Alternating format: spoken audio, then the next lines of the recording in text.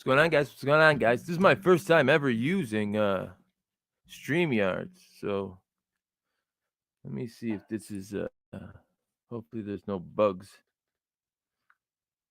And this is working the way I planned it to work. All right, my man Master Big Chief is the first one in here. I've never used StreamYards before, guys. This is my first time using it, so I'm just making sure. Oh, that's how they put it. That's what they put for the. Is it showing up like on a regular? Is it showing up when the way you type, Master Chief? Is that Karen M? Is it showing up how you're putting comments the regular way, or is it a new layout with StreamYards? Or do you type in just like I'm live on YouTube?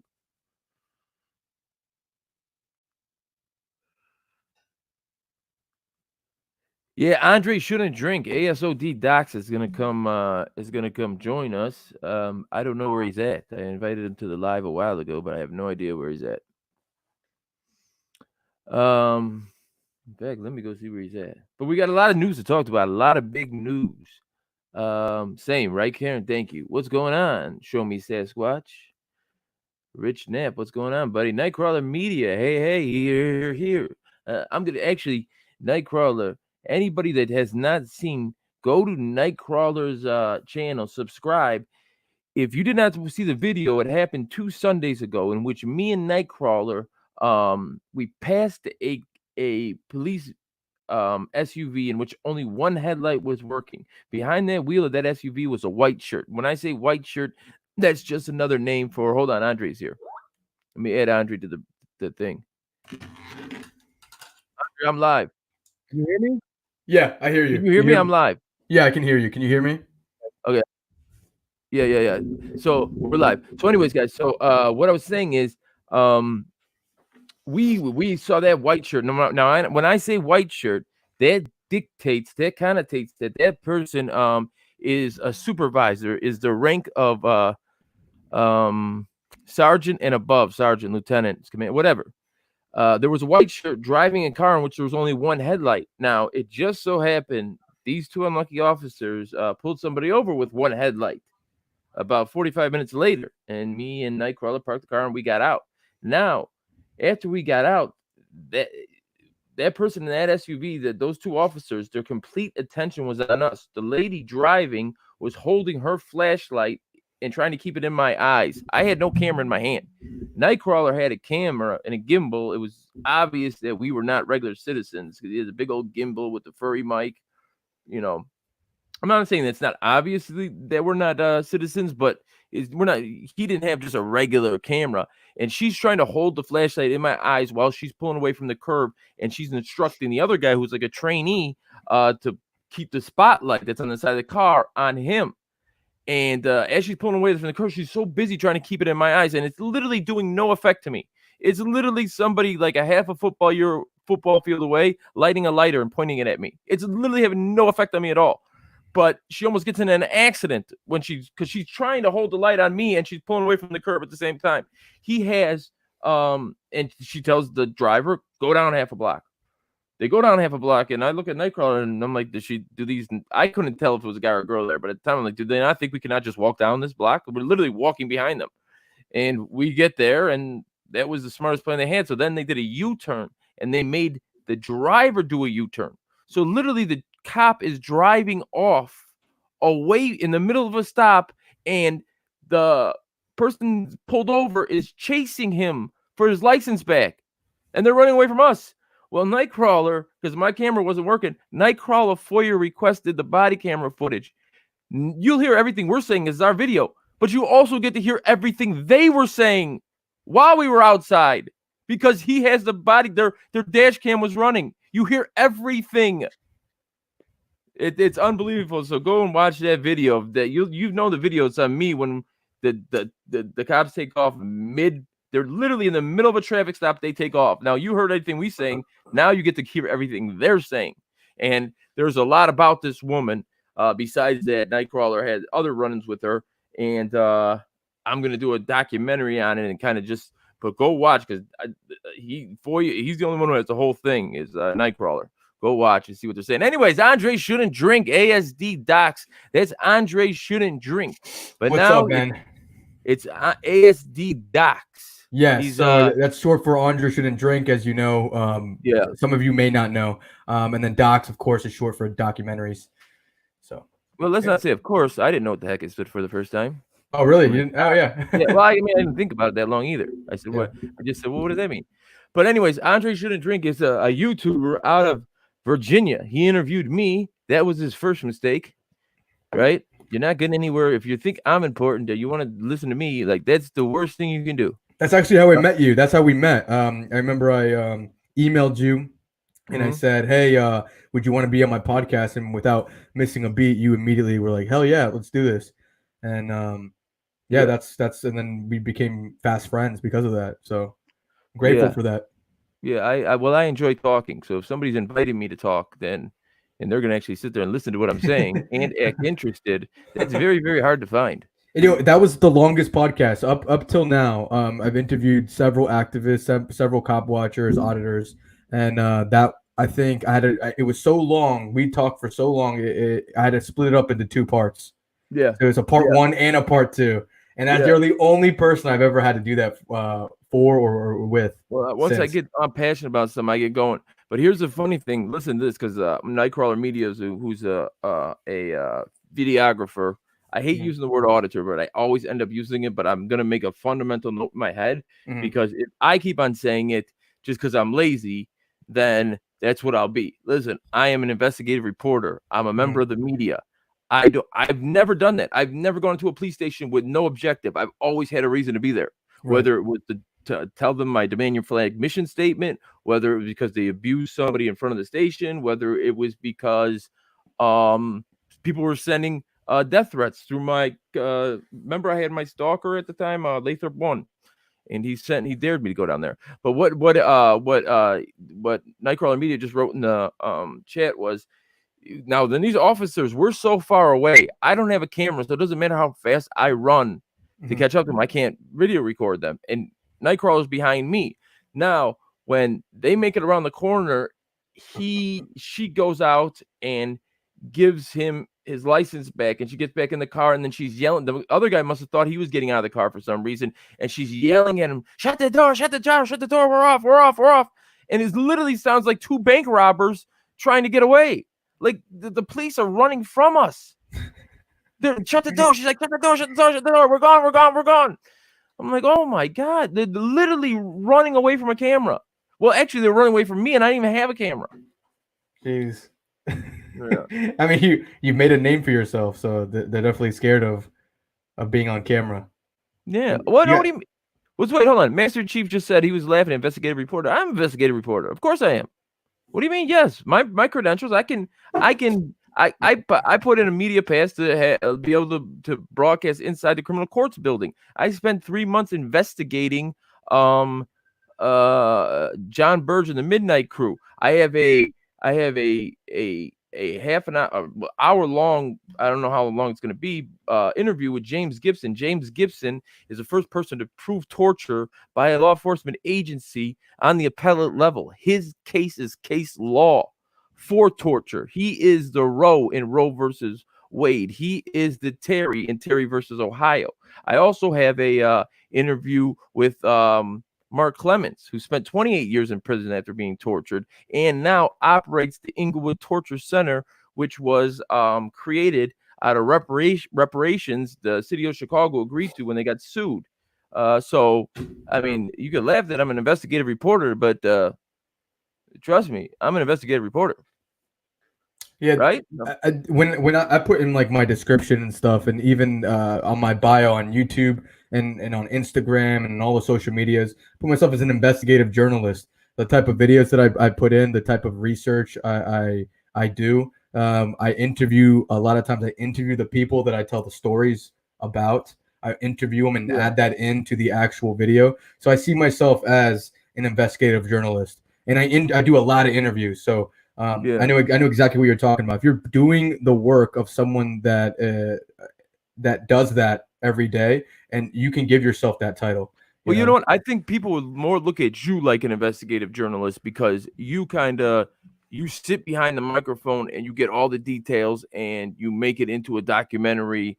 All you know what I'm saying? Like I think because I go out on the street and they see me lose my temper sometimes. Um, Well, I mean, it's personality. You have personality, man. I think you're hilarious. I love watching your videos. I think you're fantastic at what you do. You know, and it's my personality. My personality is behind the behind the scenes type of dude. You know, and you're kind of like you're in their face type of guy, and you're really quick. Like I couldn't do what you do. Is what I'm trying to say. You're really fast. You're fast with what your words. You know. Yeah, I've never audited. Like I've never. This is what an auditor does. If you want to go in the purest sense, they go into a government building, a publicly funded building, right? Where the Constitution applies, right? The government is the one that's asked to hold up our constitutional rights. You don't have, if you go and tell your boss, F you, you can't claim freedom of speech, right? It's the government. So public buildings is what they go to. And they try and not to interrupt the environment. They try and be as low key as possible and see if somebody is going to come up and say something to them, if they're going to respect their right to record or not. Right. Now, the minute I walk through the door, I announce I'm there. Everybody in the police station knows I'm there. Like I'd never been to a police station for no reason. I've always had a reason when I walked in. Yeah. What do you think of the guys that do go into these places, for that reason, in terms of like an auditor that does that, but like let's say they go to libraries and they go to post offices and stuff like that. What are your views on that? Well, I mean, I don't want to cover everyone with a blanket statement because it would have to be like a person by person basis. Like I hate, you know what I'm saying? Me, I'd never go into a library and I would never go into a the post office just because they have no authority over me. They've never done anything to me. I've never seen them. I've never seen the post. Like there's never been a post. Somebody that worked at the post office that gave me a ticket that wasn't founded or slapped me. Right. That's my view too. Exactly. Yeah. And the one time I saw one of the channels, and this is one of the channels, and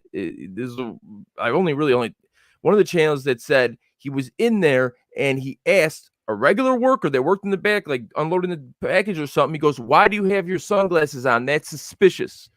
That's suspicious to me." So now you're talking like a cop. Now what? You've turned into the cop. You've turned into the people you're going against. You're telling a regular hardworking American, why is he wearing sunglasses? That's suspicious. That's suspicious to you. Right. It's just ridiculous. I mean, listen, everybody's got their own style. Like I can't say I don't agree with. I don't do it. I don't agree with it. But there's people that I like that do it, and I understand why they do it. But to me, it's not. You know what I'm saying? There's just so much bigger fish to fry than, especially the librarian. But yeah, when I see those videos, I kind of cringe. I'm like, damn. I was like, but I'm not talking bad about them. I understand why they do it. I understand why they do it because they have the right to do it. You know what I'm saying? And they're trying to they're trying to make people understand. But if public sentiment swings in the wrong direction, then they make laws against it. It doesn't matter if it's the First Amendment. There's a Second Amendment, and the Second Amendment is the most clear amendment there is. And how many people are walking around with Smith & Wesson on their hip? Right? They'll make laws against it. Now they cannot make any right into a privilege. Well, the Second Amendment they have, because it's a privilege to have a FOIA card. That's what I'm trying to say. So like if people continue doing like audits like that against hardworking like Americans, just like you say, that's the fear I have, that eventually they're gonna be like, see, what was that one law that they were doing? Where you could get arrested for harassing the police. They were calling it, you're going to be charged with harassing the police. You remember that was like an idea that was going around. It actually went through, I want to say, in some Michigan state, and there was a big firestorm at the city council meeting. It's insane. I mean, that's crazy. That's that's why I named my channel Disorderly Product News, because it's it's a play on disorderly conduct, which is the offense they'll most likely arrest you for because it's subjective. You can just what's disorderly conduct? Well, if you're good enough at presenting an argument, then you can make almost anything disorderly conduct, breach of the peace. And that's what it is. They put that in there, and it's basically and it doesn't say that, but what it is it's a law against filming the police. Because if you irritate them, then they have the right to arrest you. It's really because let me make no doubt about it. For some reason, a camera drives public servants nuts. It makes them just go out of their body, out of their mind. You saw when they wanted to first the firefighter wanted to get me for videotaping without his permission. But we're in public. Then I had to show my credentials to the police officers. Then it was a HIPAA violation. Like we went through 3 different things before he finally found something that stuck. And because the officers are like, oh yeah, it is a HIPAA violation. It wasn't. It's not. HIPAA doesn't apply. Know that? It doesn't apply to the average citizen. HIPAA only applies to the employees that are working there.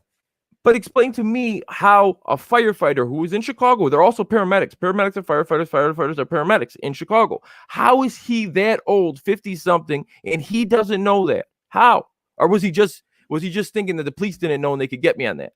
Because I really think he didn't know. Maybe he was hoping you didn't know. I mean, someone hears HIPAA, immediately it sounds really, technical. Yeah. And so most people would back off. So maybe he was just hoping you didn't know.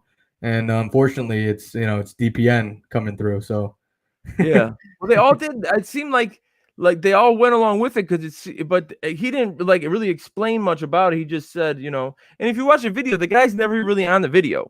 You know what I'm saying? But okay, so what about police body camera footage when they tase somebody and then the paramedics come and get them? Okay, well, they're a patient now. How come they're on your body camera footage? Right? Yeah. What about a security? What about a security camera and someone passes out in the parking lot in a gas station? Now, if you watch that security camera, are you in trouble because he's getting that doesn't make sense. That's why it's not a law. Yeah. You know what I'm saying? Laws make sense. That doesn't make sense. Right, 100%. What did you recently? I interviewed 10-point program 703. What do you think about that? Have we talked about this, you and me, in private or anything? No. Where he was wearing the mask in Virginia. Oh yeah, we talked about it a couple of times. So go ahead. What was it now to give a brief analysis? The brief analysis. So he was filming the government building in Prince William County, and he was wearing a mask. This was the second time he had done this. The first time he had done it, he had been outside of a courthouse. It was a cold day. Windy in Virginia. It's kind of like Chicago, you have some shitty weather, and I don't know if you guys, we call it here, you get all 4 seasons in one day sometimes. Anyways, so it's cold this particular day. It's windy, so he's wearing a mask, and the officers approach him. I think it's maybe 6 officers in total, and they're asking him for his ID. Why is he filming? The usual, right? And then they're trying their best to get him for something. And then one of the officers pulls out his phone and looks up a law on you're not allowed to wear a mask. And in the video, he reads the first half of that law that states you cannot wear a mask in Virginia unless it's like Halloween or something. And long story short, he ends up getting arrested. And I actually have been talking to this particular person. His name is Mondale Apoku, I mean. And say that 5 times fast. Yeah. Mondale Apoku. And he was I was trying to get FOIA request the body cam footage. He was trying to FOIA request the body cam footage. At this point, he just needs to file for a subpoena to get it himself. But he's been trying to get it, and we've been jumping through hoops. And like I said, I interviewed him about it, wanted an update on it. And you guys can find that on my channel if you guys want to see the full length hour-long video where he talks about all that. But what do you think about that? He's going to court already. He already went to his what's it called? The arraignment? Preliminary or preliminary. Preliminary. First, in Illinois, at least, you go to bond court. That's within like 24 hours, 48 hours of after you got arrested. Then the next step will be preliminary hearing. In a preliminary hearing, they'll look for a finding of probable cause. Did the police officer have probable cause? So when you go to the bond court in Illinois, you see the chief judge. Then the chief judge bonds you over. And then your second court date will be a probable cause hearing to find out just the merits of the case, if they had probable cause to arrest you, right? So if the judge figures that, okay, the stop didn't have merit in the first place, in which they found something illegal, then no probable cause, the case thrown out. You don't have to go anymore, right? They'll throw the case out.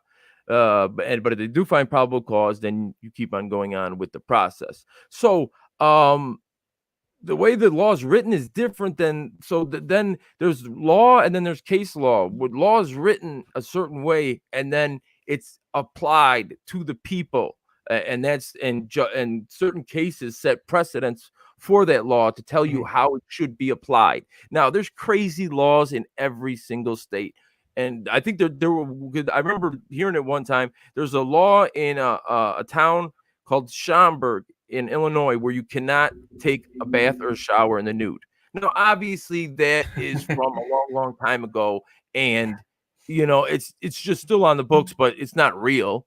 So, so any spirit of wearing a mask that was written, it was never written in the spirit of just you can't wear a mask. It's cold. You can wear a mask. You know what I'm saying? Yeah. So unless short of having a public defender that really doesn't care anything about you and having the worst judge ever, like, I mean, if we're just talking about that, no other merits, just the fact that if he's allowed or not allowed to wear a mask, I mean, I think 1 + 1 = 2. You can see where that's going, right? If that's the only thing we're talking about, so whether he has the right to wear a mask. What's really cool about his case is that he ended up hiring an attorney, the same attorney that got another individual at the gun rally in Richmond. If you remember that, right? Yeah. A lot of people went to that, and there was no violence the whole entire protest except one arrest, and it was a woman who was wearing a mask because it's in Virginia. She hired this lawyer. She got off on that charge. She ended up winning her case. Half the people there were wearing masks. Right. But she's the only one that got arrested, right? So that same lawyer is the same lawyer is Mandela Poku's lawyer now. You see what I'm saying? He hired the same one. Yeah. So he has a very, very strong case. I think he's going to win it. And that's why I contacted him. When you say it's a strong case, you're talking about his criminal case for wearing a mask? Yeah, I think so. Oh, yeah, definitely is. I think he has a really strong case. Wear a mask or not. Now, there's laws if you cannot wear a mask while in commission of a crime. Right. Now, you know what I'm saying? That's a completely different story. But if we're just talking about if he has the right to wear a mask, like that's an open and shut case. Obviously, in American society today, there are all types of different things you put around. You got the things like they do not even over your hood. You just put them around like this, and you know what I'm saying? Yeah, that's natural to wear in cold weather. But there's a lot of times there's other extenuating circumstances. You know what I'm saying? What's really crazy in that video too, you see one of the officers wearing a mask, the same exact mask that he's wearing that day. So the case has so many holes that he can poke in, and I've talked to him about it. I was like, oh yeah, and then this, him and I were talking about the case, and we were like reviewing the whole video, and it's just there's just so many holes in that case. I can't wait till he wins. So if I recall, he was video recording. So it was the whole thing again. Like we go back to again, when you have a video camera in your hand, it's the police always trying to find something to arrest you for, or they're not going to protect you. If you remember, a girl came right up to me and spit at me, tried to attack me, and the cops stand there with their hands in their pocket. Now, do you think if I wasn't having my video camera and I wasn't videotaping the police or the interaction, that she would have been able to attack me like that? The cops would have tased her. You know what I'm saying? Instead they just stood around, and one of the cops told me to be cool. Be cool. How about you grab her and put her in handcuffs? Yeah. You know what I'm saying? Because assault in Illinois is defined as putting somebody in an apprehensive state that a battery is going to occur. putting somebody in an apprehensive state. She charged at me, screaming she's gonna break my phone, she's gonna slap me, she's gonna hit me, and the girl's holding her back and she's swiping at me. And then when I called her a goofy, she spit at me. So whatever. But there's this guy I recently interviewed. His name's Dustin Nowak. That's his real name. He has his YouTube channel. Let me see if I can find the exact name. I forgot it. Yeah, hold on. Hey, in the comment section, that is the YouTube's legal unicorn, Michael A. In the comment section, that is YouTube's legal unicorn. You guys are asking, that is him. Anyways, go ahead. I'm trying to find his name. His real name's Dustin Nowak. He recently got arrested. So what you just said just reminded me of his case. I think actually it was dropped. All charges were dropped. So I can't really remember a lot of it. In the video, basically, there's a car accident. So he's out there, he's filming this car accident, and one of the guys that caused the car accident gets out of his vehicle, sees that he's recording, gets super upset, and tries to knock his camera out of his hand. So what Dustin does is he goes over, he sees the nearest police officer that arrived on scene, one of the first ones there, and runs over to him and says, "Hey, this guy just assaulted me." Right? Yeah. He has the body cam footage. He's posted it all over on his channel. I wish I could remember exactly what his channel name is. I can't believe I'm blanking out right now. But the officer gets out of the vehicle and he investigates or whatever, and you see on his body cam footage the Dustin, arguing with this black guy that came out of his car. And they're just arguing, and the black guy's super pissed, and he's yelling. He's like, "Why is he videotaping me? Why is he recording me?" Yeah. And instead of arresting the guy that assaulted Dustin, the officers end up arresting Dustin. And because he was recording, because he refused to give his name, because he says, "I haven't done anything wrong," they end up arresting him, taking him to the jailhouse, and he got charged with, I think, disorderly or something. Say this. Now, I've seen a similar video where the people are standing on the corner doing like a Trump rally, and this guy gets out of the car, and he's huge. He's like the guy outside the Philadelphia gas company. Mm-hmm. He's like that size of that guy, and he just starts cracking people with one hand and picking them up by their head and throwing them over there. I mean, he's just tearing through the crowd. Now, I will say this. I would not have pressed charges on that girl that spit at me. I was angry at that very, very moment, but I do understand the fact that I didn't have my gimbal with me. I understand it looks like I'm just being a nosy person, and I have my camera. Now, if it was a channel 2, channel 5, channel 7 reporter with one of those big cameras, I'm sure she would have not reacted the same way. She thought I was just being nosy. But the way news is disseminated is change in this country. People don't wake up and turn on the news. They don't get the paper. They turn on YouTube. They turn on Facebook. They turn on Instagram. They turn on. No one trusts the news agents, the news networks. Yeah. Who trusts the news networks? Yeah. You know what I mean? So that's why I wouldn't have pressed charges on it. You can't get into this game and put a camera when people are having one of the worst days of their lives. Now, I was there. If people remember, watch Armageddon on my channel. It was a kid who got shot in up here. I don't want to say too much, and in the leg. And his mother showed up on scene, and she pulled up right next to me because it's all cordoned off. It's all taped off. And it's a major street, and there's all this fog and it just looked gloomy and weird.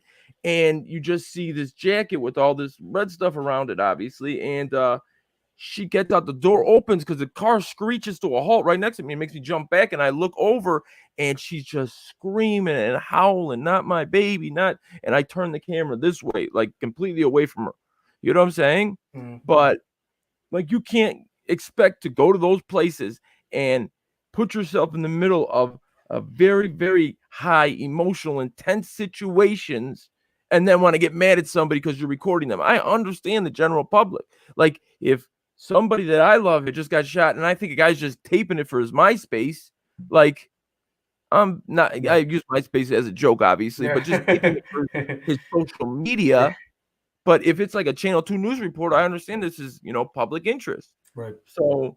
There's this video that I've really wanted to react to. It's I forget I don't know why I'm blanking out on people's names, but he's a YouTuber that basically he'll go up to people. We have a camera. he'll go up to random citizens, random bystanders, and just record them. So like there's a guy eating a donut, and he would just go up to the guy and just stand right there, be visible, and just start recording the guy. And he gets all these different reactions from people. Some people are like waving at the camera, like, what the hell? They're really confused. While other people are like cussing him out, want to like beat his ass, to like run after him and stuff. And it just shows right then and there, like it's one of those stories where it's like, I thought while I was watching it, it was so entertaining. While I was watching, I was thinking to myself, why are these people? I understand why they're mad, but at the same time, do these people not understand that you're being watched at all times throughout your life, throughout your day? Anyways, something about a regular camera. Really pisses people off. Now, if it's a Channel 2 camera, it's fine, but it's there's something that they could be in a room full of security cameras. Now, what the altercation or the incident in which you just described, in which a person just going up for no reason, like, because let's say at the outside cafe and there's a little railing in there and he stands there and just records them, like, I'm completely against that, because that's the type of stuff that's going to make legislation against recording. Because you got to understand, legislation is reactive, it's not proactive. The way society moves, laws are made to react towards it. Now social media, YouTube, is very, very new when you talk about a legal sense, when laws are being passed. You know what I'm saying? So based on what's happening is how, and how public opinion sways towards that, is what laws are going to be passed in regards to it. Now, so far, most of the laws that I've seen have protected the person recording. Now, we talked about the one in Michigan in which it didn't protect the people recording, but I think if it starts being so obnoxious that public support's going to go in the other direction. You know what I'm saying? And then that's what scares me about, going to post offices and stuff. I mean, you and I definitely agree on this. Like that's what scares me. I don't want that to happen. I think our First Amendment is one of the most. All of our amendments are, but the First Amendment is sacred. Really, really sacred. One of the few countries that actually have the First Amendment. It doesn't with the coronavirus spreading and stuff. People were asking why did China not? How did they get rid of the coronavirus so quickly? And it's because they don't have freedoms. I think like in China, the government there was telling them, if you leave your house, you will go to jail. You will go to jail, or you'll be put in a place where people are infected. You'll be separated. You know what I mean? So they scared people. So you were asking why they obeyed in China? That was one of the questions. I was listening to a podcast, and that's a question that came up. Because China's communist. Yeah, there is they're gonna yank you right off the street. There's no freedoms. That's what I'm saying. You on the street, right? There is no. Hold on, let me get my YouTube live on. No, there's no. They censor the internet. There's not. Because they know you're gonna do it. Yeah. Like literally, I have my camera. I mean, they have guns, and there's 10 of them. The minute they decide to take my camera and take me, you could beat the case. You can't beat the ride. Right. You know what I'm saying? And don't get me, I'm not encouraging any of you, because I'm coming back with a lawsuit and I'm taking everything. So don't let that encourage any of you guys out there that are watching and think the next time you see old Reagan on the streets, you're going to snatch him up, because I'm coming back. You better believe that. Anyways, my girl over here, what's her name? Four Corner Kids Club said, Osceola, there's a curfew from 4 to 10, she say? It has to be 10 to 4. 10 to 4. So what happened in 11 to 5 curfew? So 11 o'clock at night to 5 o'clock in the morning, there's a curfew. So what happened in Chicago yesterday and today was pretty amazing. Now, yesterday it was ultra nice. Now, like you said, we have all 4 seasons in one. Yes, Chicago's all. Yesterday it was beautiful. I went to get gas around 2:30, and that first time I left my home, everybody was out. There was literally 3 different groups of people at the gas station. Each group had 4 or 5 people in it, and they were just hanging out. So the mayor, and I'm actually going to do a story on this and release it probably tomorrow. The mayor came and did a press conference today, and she was heated. She was livid. We have our mayor in Chicago named Lori Lightfoot, and she was like, I don't want to see any group like congregating in groups. If The first time you're going to be told to go home. The second time you're getting a citation. The third time you're going to jail. I will shut down the parks. I don't want to, but I will. You know what I'm saying? She goes, yeah, you are going to jail. We will arrest you. I don't want to, but I will. Now, what's the idea behind it? Okay, so you arrest me and then you throw me in jail with a whole bunch of people that I have to be around. I can't never be around. So for being around people, I get sentenced to being around more people. Or I have to give up my money, which in turn doesn't make me it makes me less safe because now I have less money. Right. You know what I'm saying? So I don't know. And I'm sure the mayor who did the thing, she didn't do it from home. She could do it on Skype. She can have a press conference on Skype. We have that ability. She was at City Hall with her entourage. So she was in a group. Mayor, you might have to arrest yourself. What's it like in Chicago? Here in Virginia, it's awesome. It's the awesomest thing ever. Really, with this whole entire with all this happening, is it like there's no one like? Are you guys on lockdown? Yeah. When I was joking, I'm not just joking about awesome. I mean, it's like everywhere else. So yeah, like 3 days ago, Governor Pritzker got on the thing and he said he put us on a lockdown. And I guess the main takeaway. What does that mean?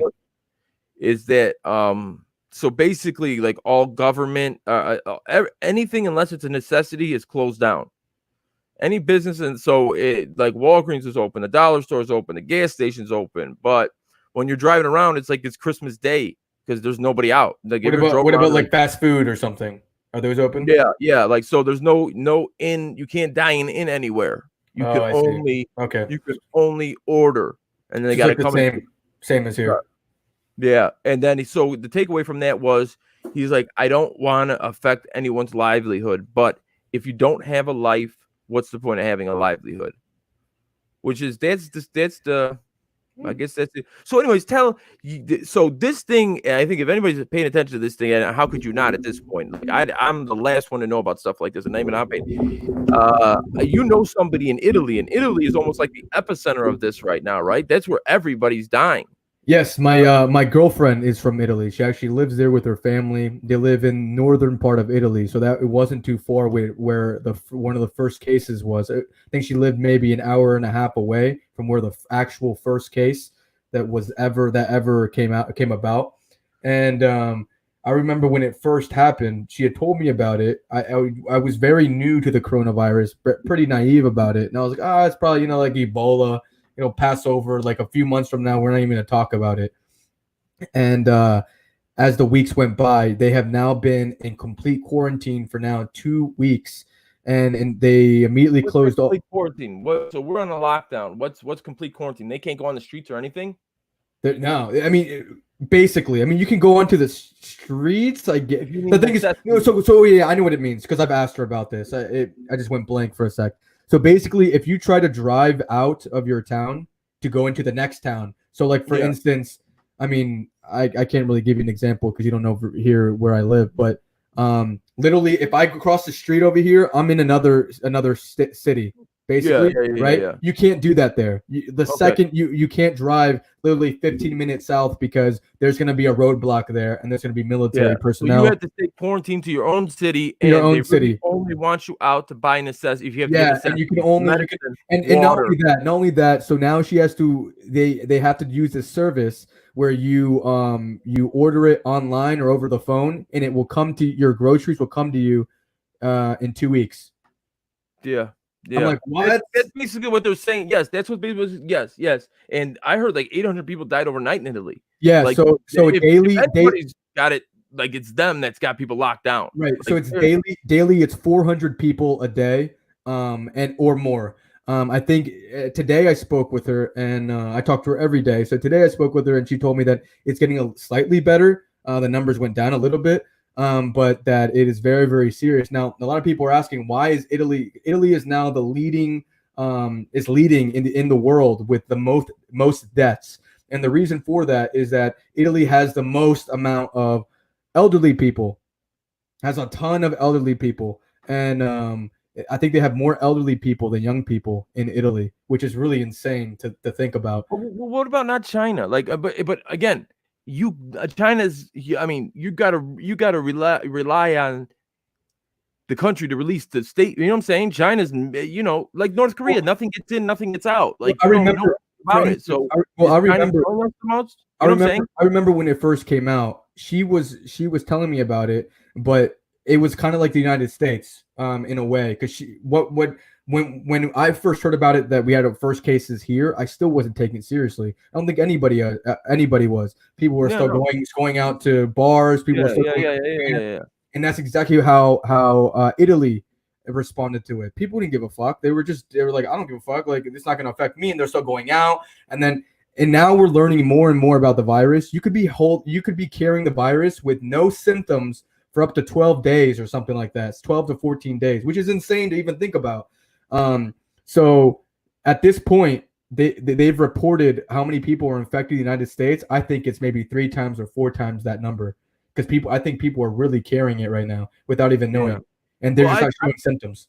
I saw the most legitimate reason for thinking of this as being a conspiracy theory today. Like the most legit. Like, so if you watch the thing on my channel, it's this guy Patch something that did a video in 2015, and he's talking about a third strand of DNA that's inside this, and he talks about coronavirus. It's going to be the virus, and how do you get people to take a shot if they don't want to?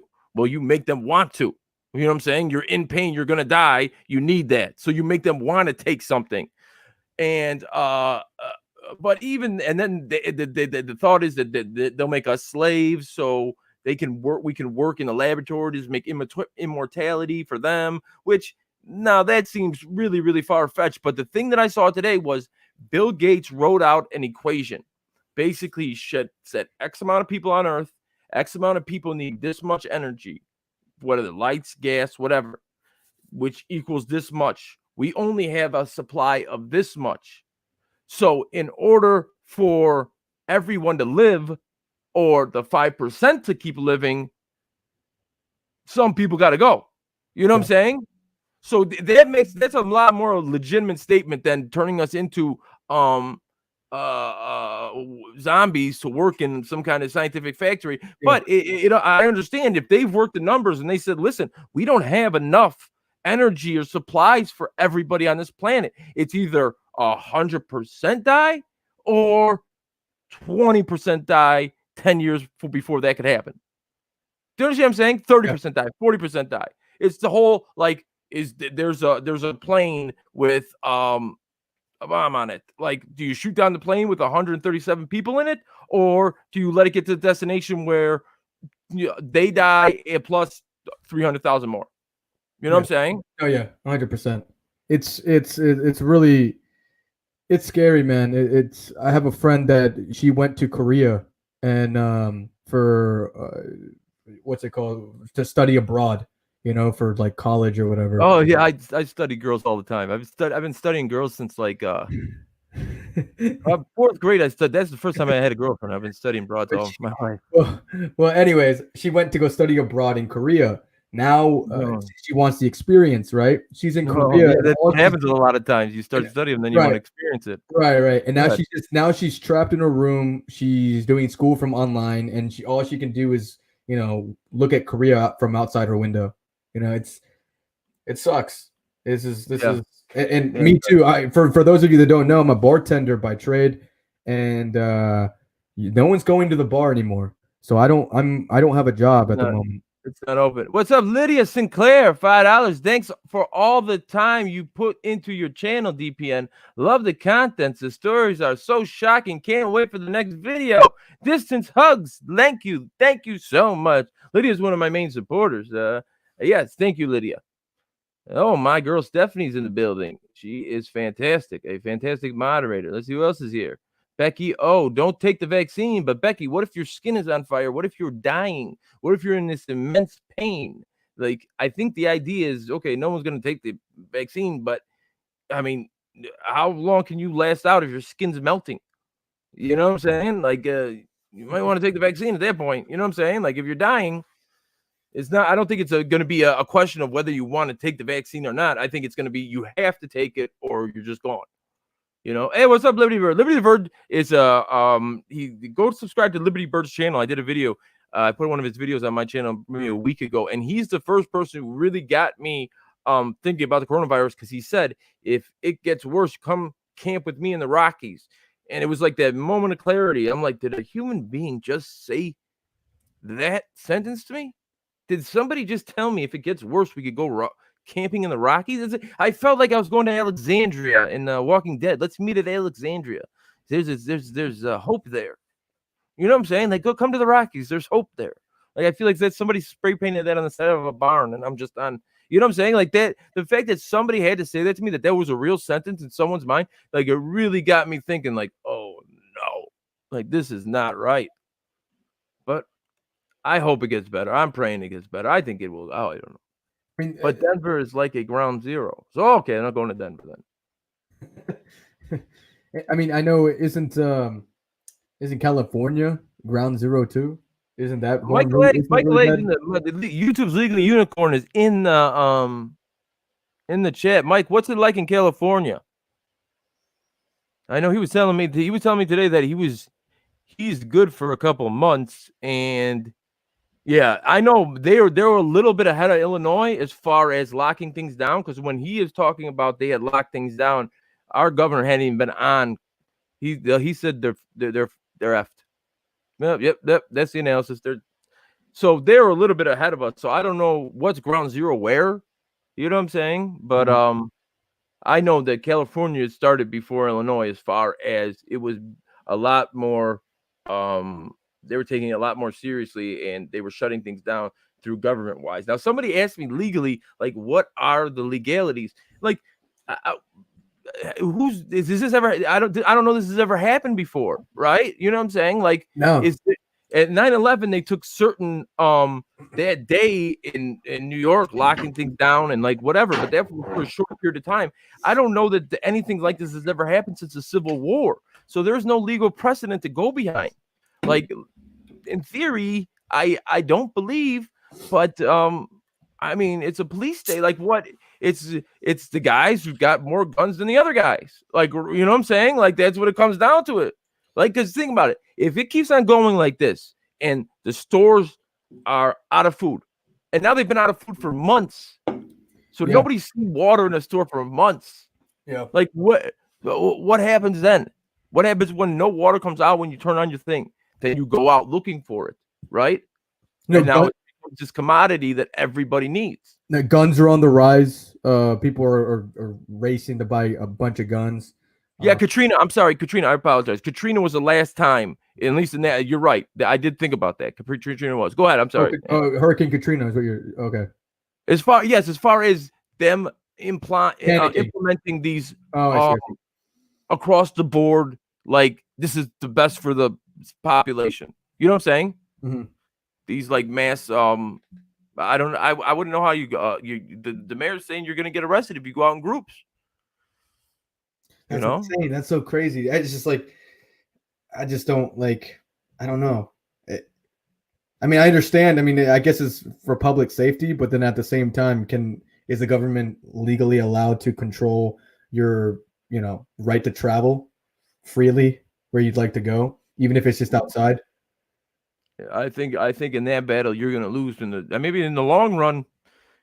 5 years, 7 years, 10 years from now, you can figure out in a federal lawsuit. But I don't know you got that much time. You know what I'm saying? So I think it's just, and that's what everybody says. There was a quote this one time, and it was one of the greatest quotes I ever heard.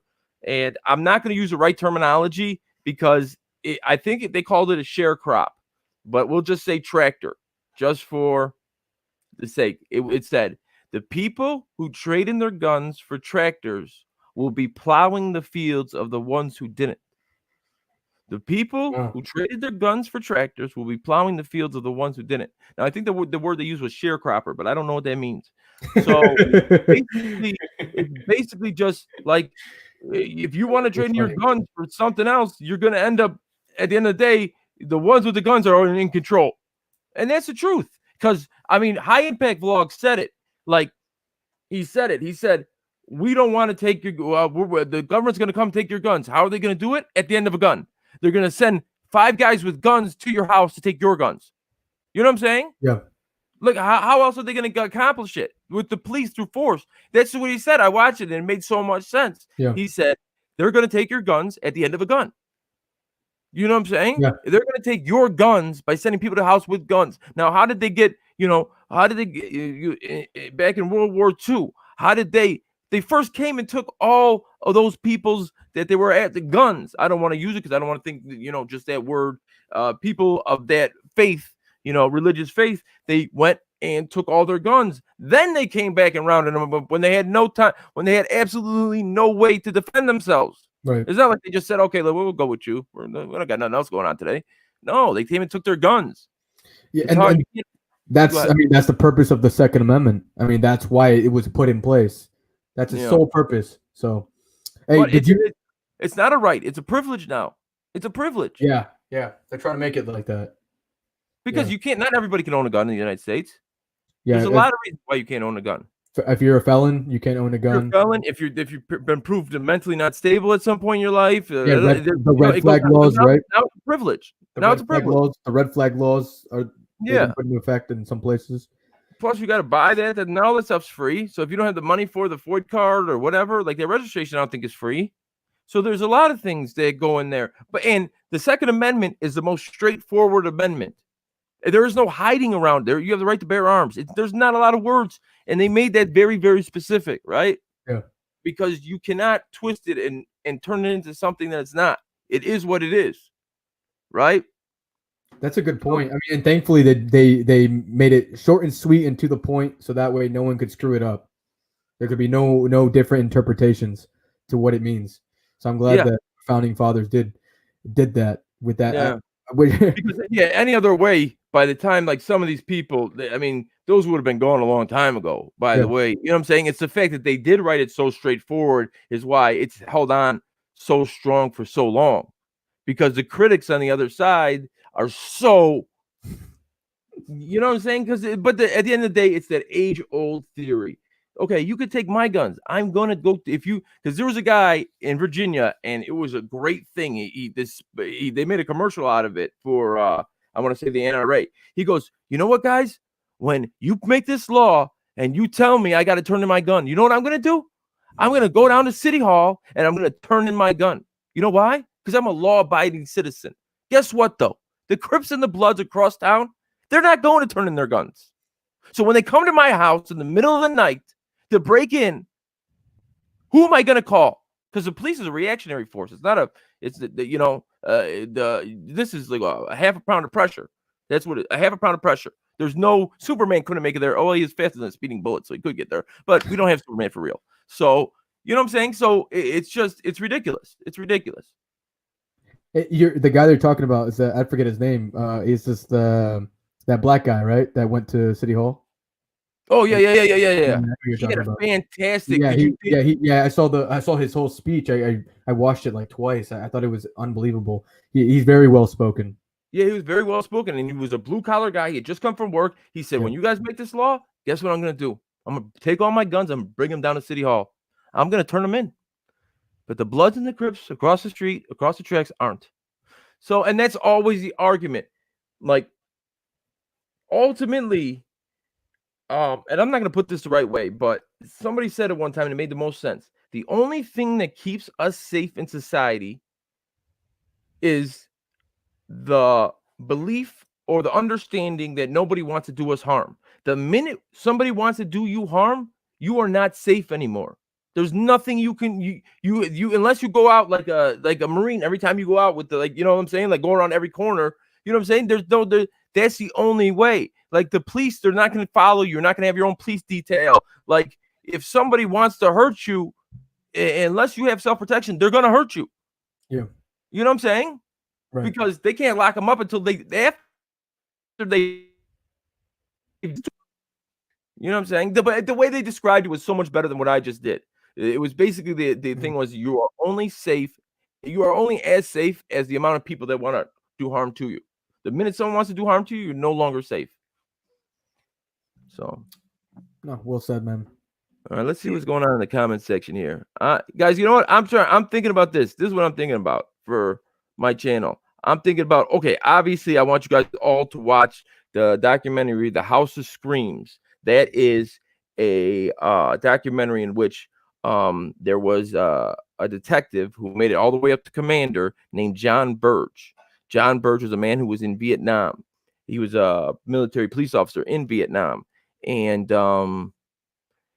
he now it was never on record, and he didn't ever agree to this, but it's said that he interrogated the Viet Cong, right? And one of the instruments they used to torture these people in Chicago was this little black box or brown box. It's like the size of a shoebox, and it's got wires coming out of it with like alligator clips, like that just clip on, you know.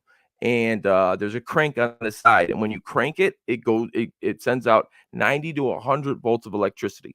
Now, that's what they were using on these. One of the things that they were using on these people in Chicago. Now, if you were in the jungle of Vietnam and you needed electricity, you can't plug. There's no ComEd. What would you have? You'd have a little box just like that. You know what I'm saying? So, I mean, 1 + 1 = 2. And I'm going to tell a story, and the story is it's insane. The story has so many twists and turns. I have interviews with James Gibson, a man who spent 29 years in prison for a crime he has been certified. He hasn't been let go, and they can't charge him again because they threw out the confession, and now they have no case. No, they've certified him innocent. When initially they figured out that he was tortured because when he went to bond, the chief judge shut down the courtroom because he told James to put his hands behind his back. James had 2 broken ribs. When he went to go put his hands behind his back, he dropped to the ground in pain. The judge ordered everybody out of the courtroom except for the DA, his public defender, and a court photographer. And they went inside the chambers and they took pictures of all his cuts, all his bruises. They made notes of it all. Now, when he went to trial, that file was completely gone. It was gone. There was nothing. There was no pictures, nothing about him being beaten in his interrogation. So they didn't believe him. Now you would think, oh, the chief judge probably paid attention. No, Chicago's huge. The building's huge. There's murders. Maybe I mean, I don't want to make up a number, but there's murder trial is no big deal at the Cook County Criminal Courts building. So when he went to trial, all that evidence was gone. They ended up, after he wrote letter after letter after letter. Now, had he not been a John Burge torture victim and there was no platform, then they wouldn't have listened to him, right? But he wrote 10,000 letters in his press conference that I show you. He looks at the reporter. He goes, I wrote you, and none of you listened to me. That I show in the 13-minute prelude, the beginning of this. And they found the judge in Florence, Italy, and he still had his original cases. I guess when you're a doctor or a lawyer or a judge, you keep certain files. He still had the file unopened. They opened it up, and sure enough, what he was telling the whole time, it was all right there. Pictures of his injuries, everything. So what they did, the judge threw out his confession. So now they don't have the confession. Well, without the confession, that's a new trial because obviously the jury's not going to come to the same conclusion without a confession. There's like no case, right? In a way, yeah. And the number one, the eyewitness, who is also the first person to be the main suspect, the person who was the eyewitness in the case, or at least he wasn't the eyewitness. He said he saw him by the garage when he was walking his dog. He ended up being the prime witness. He died. And it's James' contention that these people were lying and they were forced to testify in 1990. Now, if they were forced to testify in 1990, you think if they get a call in 2020 and they're living in Idaho, you got to come back to Chicago. Remember when you testified 30 years ago? Yeah, we need you to do that again. Click. Like, who's going to do that? So they couldn't try him again. But that still doesn't mean on the record he's innocent. That he had to petition the judge. He had to petition the state of Illinois. And that what that says is the crimes in which I spent 29 years in prison for, I was not guilty of. I was at that court date. I was in that courtroom. Now, the state's attorney, the state conceded They were sitting in the side with their arms like this, all the way in the corner, not saying a word. It was James next to his lawyer and the judge. And the judge goes, well, have your client convince me that he didn't do this. Now, this happened 30 years ago. How do you convince somebody you didn't do? I can't convince you what I didn't do 10 minutes ago. I could not convince you what I did. I don't even remember what I did last Wednesday. There's no way I can never convince you of something I didn't do 30 years ago. So it did not look good. Like when I say it was heart pounding, it was going from this way to that way to this way to that way. And when he announced, okay, James Gibson, I'm going to certify you innocent, I jumped up.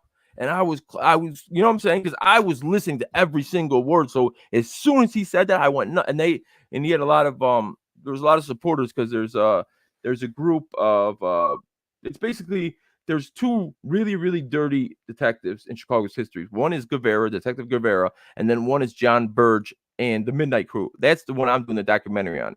Documentary is named The House of Screams. It comes from the title of an article in a Chicago paper about this, and it's going to have several different episodes, but the first one is going to explain to you who John Burge is and how he operated so long with like where was his power coming from, you know what I'm saying? And basically what it is, I'll say it real, I'm not going to say all the whole story, but what Mark told me, and Mark Clements is the gentleman spent 28 years for quadruple homicide, burning down a building, and 4 people died. And he runs the Inglewood Torture Center, which is something the city of Chicago had to give Chicagoans when they made the deal, when they got sued. He said there's a thing called burner cases. And what burner cases are cases that directly affect City Hall. So they're cases that are on the news, high profile cases that affect politicians. Cases in which people need to be caught and they need to be convicted. So John Burge would get a call. This is the case. We need it solved. You know what I'm saying? Like there is no such thing as this case going unsolved. You know what I'm saying? Mm-hmm. Two police officers were murdered. That was the actual case in which the federal lawsuit came. It was a man who murdered 2 police officers. He also murdered a McDonald's worker, security guard, a month before he got caught. And he told his lawyers, and he signed an affidavit, but he said, don't say anything. And they were sworn to secrecy. So somebody else spent 23 years in prison because this guy didn't want to look bad for his civil hearing. And he's already going in life. So this is not a good guy. So it's a really hard story to tell because there's some good people, but there's some really bad people. They got, you know what I'm saying? So it's a very hard story to tell. And just ruining lives, just ruined so many lives. Yeah. But at the other time, it's like a juxtaposed. It's a really weird situation, a scenario to be in because like some of these people that got quote unquote tortured were really bad people. Murdered 3 people. And I know he murdered 3 people because I seen his brother who they had both just robbed somebody, and the cop moved one of their hats, and they saw the gun. That's when his brother came and took the gun out of the officer's holster and shot both officers. Now, Jackie Wilson, I saw him at court that day in front of James. They were having all these Burge cases in the same day. He's out after 30 years, but he's not even contesting that. His lawyers aren't even contesting that he wasn't there. No, they're saying, yeah, his brother did it. Yeah, he was there. So it's not like you don't know. You know what I'm saying? In other cases, it's not so clear. People pled not guilty, but they raped a little girl. Like we're talking about over 200 people. They weren't all innocent. Now, some were innocent. So you have to ask yourself, what as a society are we willing to deal with? Are we willing to say is okay? You know what I'm saying? What are we willing to say? You know what I'm saying? One guilty man, is it a right for one guilty man to go free, or 100 guilty men to go free, then one guilty man be sentenced to death? You know what I'm saying? So these aren't easy questions. These are hard questions. Is it? I heard there's like a statistic that right now on death row, I think maybe the statistic. I heard it too. I think it's like 10% of the people that were murdered would have been actually innocent. Yeah, like something like that, something Yeah, crazy. yeah, yeah, If you think about it, of all the yeah. people that were executed or um, were put to death, that's thousands, Well, think about this. Listen to this. This is all I thousands gotta of say. innocent men and women. Yeah. And that'll never be found because a lot of those things happen before DNA. Now, you could go DNA and you could find out, but that would never happen because politicians, judges, lawyers, they made careers. They were the district attorney at the time. Then they became the mayor. Then they became the governor. All those people are the ones in power. They're not. There's nothing in it but to ruin their careers for allow that to happen. Now, answer me this question. There is these 4 or 5 cameras in every 7-Eleven guarding potato chips and beef jerky. How come there are not cameras in courts? These are situations where people are getting 20, 30, 40, 50 years. They're getting the death penalty. They're coming back on appeal for something that happened in that case, in that courtroom. Why is it not on tape? No, I mean, that's a good point. Yeah, 100%. Why are we protecting potato chips and beef jerky, but we're not putting on tape, even if it's locked away somewhere? Why? Because you be taping powerful people that have the right to interpret the law. Judges are extremely powerful, and it's the only thing that would happen would you be exploiting or showing something that they made a mistake, and they're not going to allow for that. What other reason would there to not be cameras in court? Tell me why there would be I'm not saying it has to be published to anybody. Put it in a vault, and then if he goes back on appeal, then you could see what the other judge or the panel of judges on the appellate level, the Supreme Court, could see what actually happened. There won't be. I mean, that's I never even thought about that, but hell yeah, I mean that makes perfect sense. Why wouldn't they do that? Have everything recorded. I mean, they have everything else recorded in police stations. It doesn't make any sense why you would not record in courtrooms. I'm gonna end this one because it's too long, and I'm gonna come right back on just because nobody's gonna watch this other than you guys. That if it's like 2 hours long, so I'm gonna end this. I'm gonna come right back. Let me just say hello to Big Nick real quick. I just want to say one thing real quick. So when I first started my podcast, a lot of people don't know this. Big Nick was one of my first guests. The first guest. Him and the High Desert Community. Put out where they find your stuff at. Oh, yes. You guys can find me at ASD-Docs. That's the name that's listed here. That's my YouTube name. I do short documentaries on my channel, and I also have interviews with activists, cop watchers, auditors. Now, you've had to take a lot of content down, too, because I've had to take a ton of majority of my content because I got demonetized.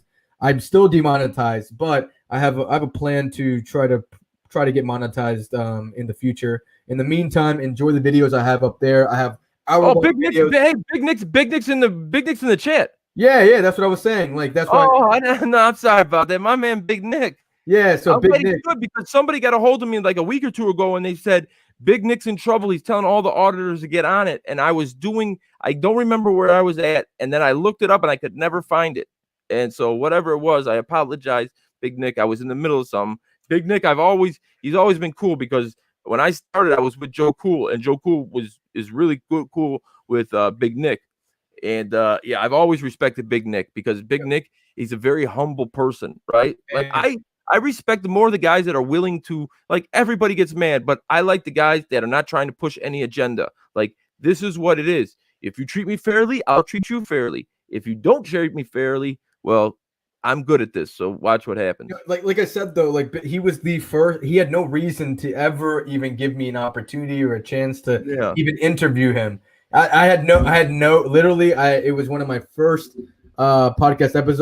I probably won't release it. I did such a terrible job at interviewing him. If I'm honest, I remember I rewatched it all and I was like, God, this was really bad. So I've had to learn. He probably wants you to because honestly, I think he's a very, very humble person. I've never talked to Big Nick in person, but he just comes across to me as a very humble person. He was so cool, man. I could have 100 subscribers. I could have 35,000 subscribers. The fact that somebody wants to spend their time to talk to me, how dare I say no? How dare if somebody wants to, like, who am I to like if somebody wants to the way I took it is I was so humbled that somebody wanted to talk to me. Like, who am I to say no to them? Or even the people that I try and get back to as many people I can when they email me about their cases or whatever. Because who am I? If somebody's going out of their way to ask me a question, who am I to say no to them? Nick just said something. Let me see what Big Nick said. Because I've always respected Big Nick. He's fantastic, man. He said, "No, never having, bro. I love your work, DPN." I think out of my top 5 cop watchers, auditors, activists, he's definitely up there. Yeah, oh, yeah, no, he did. Now he's not lying, Big Nick, because he was telling me offline the other day. He was going to tell me who his favorite cop watchers were, and now he said me, but he's on the phone with me. But he did say Big Nick, and he said South Carolina. Who else did you say? I said you. There's probably I still haven't. South Carolina. There's 2 more. I remember you told me, oh, just 3 because I told you I was going to give you 5. I plan on making a video about it. That's why, like a short documentary. Yeah, you won't give it away. Yeah, so it's South Carolina News Now, Big Nick, and Disorderly Product News. But we'll put Disorderly Product News on a maybe because he was actually talking to me. So obviously he's not going to say other people besides me, right? No, it's not else. No, but I'm going to come right back. I'll come back with you. You'll be back on, Andre. Yeah, because I want to tell you about the future of Disorderly Product News. We might be doing a podcast. We'll see. But I'm going to turn this off. I'll come right back. Hey, see you guys. Right back, guys. We'll see you guys. I got to send you another link, I think, though. Yeah, sounds good, man. Hey, all of Andre's stuff will be in the link of this video. Thank you. Thanks.